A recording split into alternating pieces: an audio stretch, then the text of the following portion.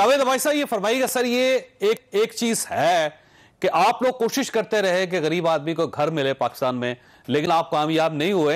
ये गवर्नमेंट जो है ये घर देना शुरू कर दिया इसने लोगों को, तो कम से कम इस पे तो आप कहें कि वाह वाह वाह। देखिए चोई साहब, जब हमारी हुकूमत आई, और बड़ा अच्छा है कि आपने बड़ा क्वेश्चन भी पूछा है, और एक आप सुनने वालों को भी पता चल जाएगा क्या सिचुएशन वहां उस वक्त थी। 18 घंटे लोड शेडिंग थी, तमाम इंडस्ट्रीज बंद थी, सुई गैस की लोड शेडिंग थी। आपको पता है कि सीएनजी के लिए इस तरह लाइनें लगी होती थी जिस तरह लग रहा था कि किसी सियासी पार्टी का जुलूस शायद जा रहा है।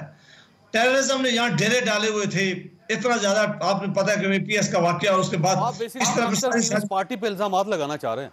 नहीं लगाना चाह रहा। मैं उस वक्त की सिचुएशन आपको मेहरबानी करके बता रहा हूँ कि सिचुएशन क्या थी। और सबसे बढ़कर जो बहुत ज्यादा तकलीफदेह अमल पाकिस्तान के अंदर था कि टेररिज्म बड़ा तेजी से आगे बढ़ गया था और कोई शहर महफूज नहीं था। बावजूद उसके 11,000 मेगावाट बिजली पैदा करके अल्लाह के फजल से पाकिस्तान से लोड शेडिंग का खात्मा किया है, जो तारीख में किसी ने इतनी बिजली पैदा नहीं की जितनी शायद सारी पिछली हुकूमतों ने मिलकर कोई 10-11,000 मेगावाट की थी। कोई 5 सालों के अंदर अंदर मुस्लिम लीग नून की हुकूमत में ये बिजली पैदा की गई है। यहाँ एनर्जी का जो जितना भी सुई गैस का भी और बिजली का क्राइसिस था वो खत्म किया गया। टेररिज्म का खात्मा देखे तमाम सियासी जमातों को बिठाकर जब एपीएस का वाकया हुआ, एक साल को इकट्ठा किया, ये डरने वाले लोगों को भी बुलाया गया और कहा कि इस मुल्क से टेररिज्म का खात्मा करें। वो शहर जो टेररिज्म का शिकार थे वहां अमन आया है। और उससे बड़ा $56 बिलियन का आप देखें चौधरी साहब सीपैक के प्रोजेक्ट आए हैं जो अभी लग रहे हैं। उस हुकूमत की क्रेडिबिलिटी भी थी और पैसा भी आया था। सबसे ज्यादा दुनिया सारे के उस वक्त के जो माहिरीन वो कह रहे थे कि पाकिस्तान में सबसे अच्छी स्टॉक एक्सचेंज है। वो कहते थे कि इकोनॉमी की पॉलिसी सबसे बेहतर है। डॉलर को 100 पे रखा रहा है जब तक ये पनामा का मामला नहीं आया है। इलेक्ट्रिसिटी की कीमतें आप देख लें, गैस की कीमतें। ये फरमाइएगा कि हाउसिंग सेक्टर, क्योंकि गवर्नमेंट का फोकस है हाउसिंग सेक्टर पे और इन्होंने ज़ाहिर 1 करोड़ के करीब घर बना के देने हैं, तो अब ये फरमाइएगा कि ये आप नहीं कर सके तो इन्होंने कम से कम किए तो है ना जी। मैं अर्ज कर रहा था कि तारीख मोटर्स वे आप देख लें कि चारों अतराफ में आप देख लें पाकिस्तान में, ये मेट्रो इस्लामाबाद वाली देख लें, मेट्रो लाहौर देख लें, मेट्रो वहां मुल्तान की देख लें। ना तो एक मेट्रो शुरू की थी, वहां पूरा शहर भी खोद दिया पेशावर का और अभी तक मुकम्मल नहीं कर सके। ये बड़े कारनामे थे जो पाकिस्तान में अगर आज मोटरवेज ना बनी होती तो आप क्या समझते हैं, आप क्या हालात देखते कि आज पाकिस्तान की क्या सूरत हाल होती।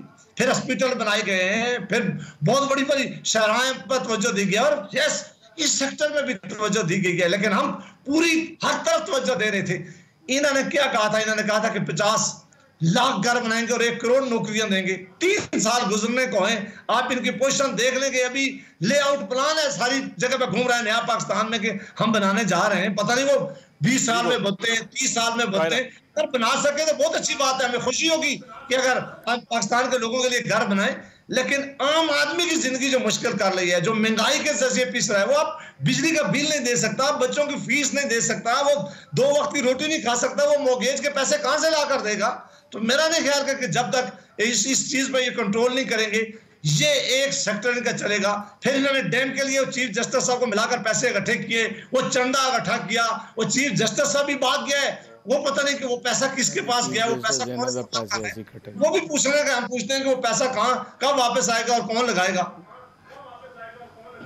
ठीक है, मुझे कारी साहब की तरफ जाना है। सर कारी साहब फरमाइएगा, सर एक वैसे गवर्नमेंट और शौकत तरीन साहब की बार बार ये कह रहे हैं कि हमारी गवर्नमेंट में किसानों को बहुत फायदा हुआ है और किसानों की जिंदगी जो वो उनका मयार बेहतर हो गया है, वो जाहिर है फसलें अच्छी काश्त कर रहे हैं और उनको पैसा बहुत मिल रहा है, तो वो खुशहाल हो गया। तो जाहिर है 70% आबादी हमारी देहात में रहती है और अगर 70% आबादी खुशहाल हो जाए तो पाकिस्तान तो खुशहाल हो गया। फिर जवेद साहब, एक तो गांव में आप भी गांव के रहने वाले हैं, मैं भी गांव का रहने वाला हूँ। गांव का रहने वाला हर बंदा जमीन की पैदावार से रिलेटेड डायरेक्टली नहीं होता। बहुत सारे लोग वो होते हैं जो बेचारे मजदूर ही होते हैं, वहां भी खेत मजदूर होते हैं, कोई दिहाड़ीदार बाहर मजदूर होते हैं। तो ये बात दुरुस्त है कि पिछले 2 साल से पाकिस्तान में क्रॉप्स में बेहतरी रही क्योंकि हमारा मौसम अच्छा रहा। उसमें बहुत बड़ा रोल यकीनन मौसम का था। अगर आपकी गवर्नमेंट ने कोई अच्छा पॉलिसी बनाई है तो उसको भी अप्रिशिएट करना चाहिए कि अगर आपकी क्रॉप्स बेहतर आई हैं। लेकिन उसमें क्रॉप्स में सबसे बड़ा रोल हुकूमत के रुपये के या कर्ज के पैसे से ज्यादा मौसम का होता है। या वबाओं का होता है जो कभी टिड्डी दल की शक्ल में, कभी किसी शक्ल में आती रहती है। लेकिन ये हमारे दौर में हमने भी ये किया था कि हमने चौधरी साहब 2008 में जब हमारी हुकूमत आई थी तो हमने 25 लाख टन गन्नम इंपोर्ट की थी, 6 लाख टन चीनी इंपोर्ट की थी, और एक साल के अंदर हम सेल्फ सफिशिएंट हुए थे और 2010 में एक्सपोर्टर बन गए थे। ये तो रिकॉर्ड मौजूद है। तो अगर गवर्नमेंट के किसी एक सेक्टर में कोई बेहतरी आई है, जो कि वेदर कंडीशन की वजह भी बहुत बड़ी होती है, तो मुझे इसमें कोई बात नहीं है। मैं कहूँ कि ये इनका कोई अच्छा क्रेडिट है तो मिलना चाहिए, लेकिन जो पाकिस्तान हाउसिंग के नाम पे होने वाला सारा काम है तो वो मफरूजे हैं, उसका अभी ग्राउंड ब्रेकिंग की हद तक है। लेकिन जो काम आपको दिखाया जा रहा है, यानी पाकिस्तान हाउसिंग का काम शुरू कब हुआ? आज से 6 महीने पहले, 8 महीने पहले। ये पिछले साल का प्रोजेक्ट तो था नहीं, इस साल के अंदर का प्रोजेक्ट है ये।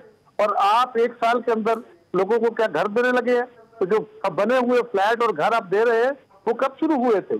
क्या कोई गवर्नमेंट का ऐसा प्रोजेक्ट भी है जो आज कंसीव हो, आज उसकी बजटिंग हो और 1 साल के अंदर अंदर वो घर मुकम्मल हो जाए? तो जो हकायक है उसको माने, अच्छी पॉलिसी बनाएंगे तो हम कहेंगे शाबाश, लेकिन अपना कोई एक प्रोजेक्ट, कोई इनिशिएटिव तो दिखाए ना। ये बता दें कि 3 साल में किससे आपने कितने पैसे निकलवा लिए। वो जो $200 अरब आपने बाहर रखा हुआ था वो कितना पाकिस्तान में वापस आ गया है? ये जो फॉरेन रेमिटेंसेस का बहुत हमें कल मियां शहबाज साहब की पेशी है और 24 तारीख को हमजा शहबाज साहब की पेशी है और 29 तारीख को आसिफ जरदारी साहब की पेशी है, और गवर्नमेंट का ख्याल ये कि इस बार निकाल लेंगे पैसे। जावेद साहब, ये पेशियां वो क्या एक फिल्म का ड्रामा का है ना, किसी ड्रामे का ये फिल्म का डायलॉग है कि पेशी फिर पेशी फिर पेशी फिर पेशी। ये पेशियां भुगतते भुगतते कौम का ये हाल हो गया है।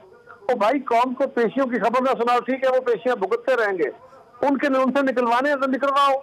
बताओ ये कि 3 साल में आज तक आपने वो क्या कर लिया है? वो कौन सी रजिस्ट्रेशन ले आए हैं?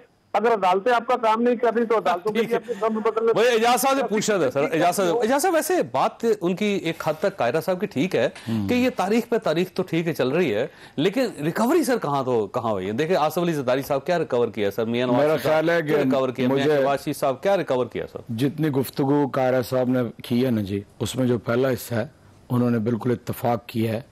जो फसलों की कैफियत और किसानों के अंदर उसका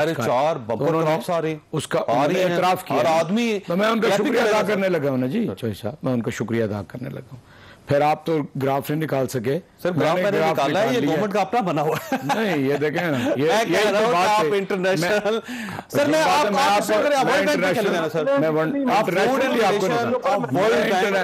आपको निकाल के बता रहा हूँ, सुनना चाहते हैं कि नहीं? सर ये तो गवर्नमेंट ने कंपैरिजन किया हुआ सर। मैं अब अर्ज करता हूँ ना जी, मैंने भी इंटरनेशनल मार्केट से ये कहां से निकाला सर? सोर्स क्या है? वर्ल्ड इन्फ्लेशन से निकाल के ये आपको लगा करके दिखाया। सुनाओ, और वो पाकिस्तान का कंपैरिजन वर्ल्ड ने किया हुआ सर। या मैं सर आपकी बात मान लेता हूं, शुक्र अल्लाह का जी, मान लिया है आगे चलें कि फूड इन्फ्लेशन में अगर मेरे यहाँ बहुत ज्यादा दबाव में है पाकिस्तान के अंदर, बस ठीक है। उसके बाद में आगे नहीं, अगर जो बात कायरा साहब ने फरमाई है ना सर, अगर आप इजाजत कौम को मेरी बात सुने, यानी मेरा ख्याल है मजा करना कोई मैं बड़ा सीरियसली कह रहा हूं। नहीं, मैं भी बड़ी सीरियसली खुद दे लूंगा। अगर बहुत अच्छी बात है, मुबारकबाद देने की मुबारक होनी चाहिए। दुनिया में हर चीज महंगी है, पाकिस्तान में सस्ती, तो ठीक है।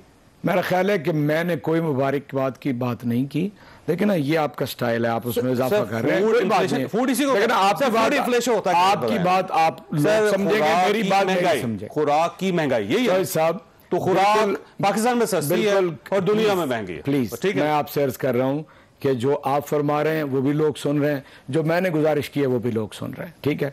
अब मैं बताता हूं, कायरा साहब की खिदमत में अर्ज करता हूं। कायरा साहब, पाकिस्तान में छोटे कर्जे देने के लिए कानून नहीं था, वल्लाह इसी अदालती निज़ाम में फंसे हुए 2 साल लग गए फोरक्लोजर लॉ जो है वो बनाते हुए। और कायरा साहब 4% से उठा के 37% तक डिमांड बढ़ गई है छोटे घरों के कर्जों के लिए। और स्टेट बैंक ने आपकी अचीवमेंट है ये, और अच्छी बात है, 5% यानी कमर्शियल बैंक्स को आसानी फराहम कर दी है जब वो छोटे घरों के कर्जे देंगे। 3 से 5% के अंदर अंदर शरह सूद पे उन्हें कर्ज दे दिया जाएगा। इसका मतलब यह हुआ कि पहले 2 साल कानून बनाया है, अब उसके ऊपर अमल कर रहे हैं। 12 अरब रुपया अब तक कमर्शियल बैंक से चला गया है। फिर इस साल आपके सामने बजट तकरीर के अंदर यह बताया गया कि जिस तरह खूबत जैसी तंजीमें हैं, NGOs, उनके ज़रिए हम ग्रॉस रूट के ऊपर इस सारे प्रोग्राम को फैलाएंगे और हमारी तवक्को ये है कि 300 अरब रुपया इस मईशत के अंदर 1 साल के अंदर दाखिल होगा। ठीक है जी, गवर्नमेंट की तरफ से, ये गवर्नमेंट की तरफ से प्राइवेट सेक्टर आएगा। हाँ, प्राइवेट सेक्टर आएगा, जाहिर है वो बैंक कर्ज देंगे, लोग वो 3 लाख रुपए हुकूमत का दिया हुआ इस्तेमाल करेंगे और छोटे घर बनाने शुरू कर देंगे। ठीक है ना। उस बात का जवाब नहीं आया कि 35 साल पहले 50 करोड़ रुपए के घर पंजाब में बनाए थे, और एक आप भी देख लें, कैनाल बैंक पे जाएंगे तो डॉक्टर अस्पताल आता है, 1 किलोमीटर आगे जाएं लेफ्ट साइड पे आपको खंडरात नजर आएंगे, चूनिया रोड पे चले जाएं कसूर में खंडरात नजर आएंगे। उसका कोई जवाब मुझे नहीं मिला कि वो 50 करोड़ रुपया नहीं, एक बात रह गई, वो गुजर जाएगी। चले फरमाए सर। मैं आपसे अर्ज करता हूँ, फैटफ के अंदर पाकिस्तान घेरा हुआ है, एक आध नुक्ता रह गया है। हमने मुल्क के अंदर ऐसे हालात पैदा किए, कवानीन तैयार किए, जिसके नतीजे में दुनिया अब इसके लिए तैयार हो रही है। उसमें एक है मनी लॉन्ड्रिंग। ये 25 अरब रुपया शहबाज शरीफ साहब जो बता नहीं पा रहे कि उनके बच्चों के पास, उनके मुलाजमों के पास, उसके चौकीदार के पास इतने करोड़ रुपया उनके अकाउंट में कहां से आ गया। उन्होंने कहा मैं अपने वकील से पूछ के बताऊंगा। अगर आप अपने बच्चों से नहीं पूछ सकते तो वकील क्या आपको बताएगा कि ये आपके चौकीदार के और आपके पीएन के पैसे जो करोड़ों रुपया कैसे आ गए। ठीक हो गया। चुनाचे ये एक इशू है मनी लॉन्ड्रिंग का, जिसमें बैनुल-अक़वामी तौर पे पाकिस्तान इसलिए नहीं निकल पा रहा। यस, एक बात उसमें बिल्कुल ठीक। मैं जावेद अबाई साहब के पास ये सवाल छोड़ के ब्रेक ले रहा हूँ। अबाई साहब, ये मियां शहबाज शरीफ साहब क्यों नहीं बता पा रहे कि 25 अरब रुपए उनके बच्चों के अकाउंट्स में या उनके अकाउंट में या उनके मुलाजमीन के अकाउंट्स में कहाँ आ गए, और इस वजह से पाकिस्तान ग्रे लिस्ट से नहीं निकल पा रहा? तो जिम्मेदार तो आप हैं। छोटी सी ब्रेक को ब्रेक दोबारा जरूरत है।